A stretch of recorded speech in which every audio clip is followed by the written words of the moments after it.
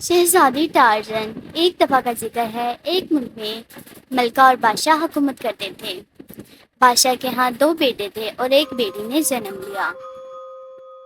بادشاہ نے ملک کی تمام پریوں کو بلایا تاکہ شہزادی کے بارے میں پوچھ سکے۔ پریوں نے کہا، شہزادی دیکھیں، آپ کی بیٹی بڑی ہو کر اپنے بھائیوں کے لیے آزمائش کا ذریعہ بنے گی۔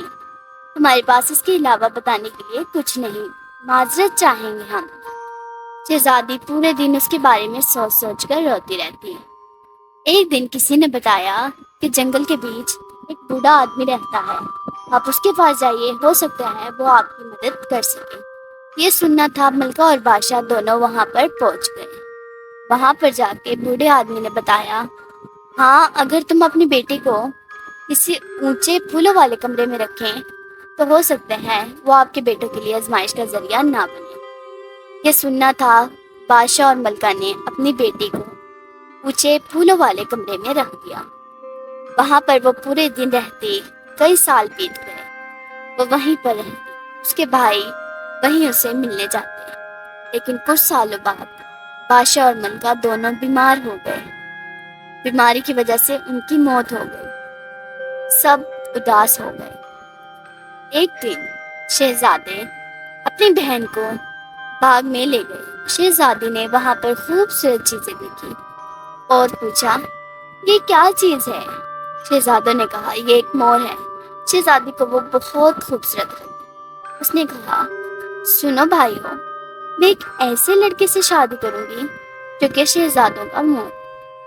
موروں کا شہزادے سے شادی کرنے کا جی چاہا۔ یہ سننا تھا، شہزادے فوراً موروں کے شہزادے کے لیے روانہ ہو گئے۔ کئی سالوں بعد انہیں ایک موروں کا شہزادہ ملا۔ اس نے یہ پیغام پہنچایا کہ شہزادی کو میرے ملک میں لایا جائے۔ شہزادی اپنی نوکرانیوں کے ساتھ کشتی میں بیٹھ کر موروں کے شہزادے کے پاس روانہ ہو گئی۔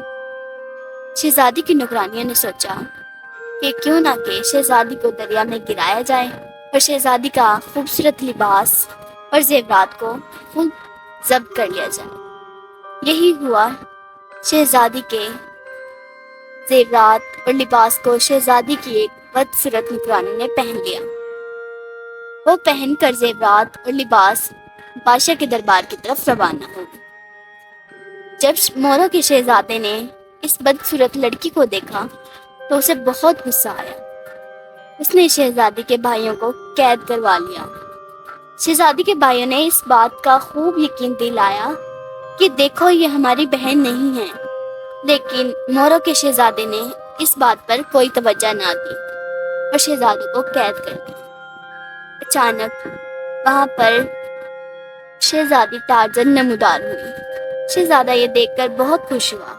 شہزادے نے شہزادی کے بھائیوں کو آزاد کروا دیا اور شہزادی کی نوکرانی کو قید میں ڈال دیا۔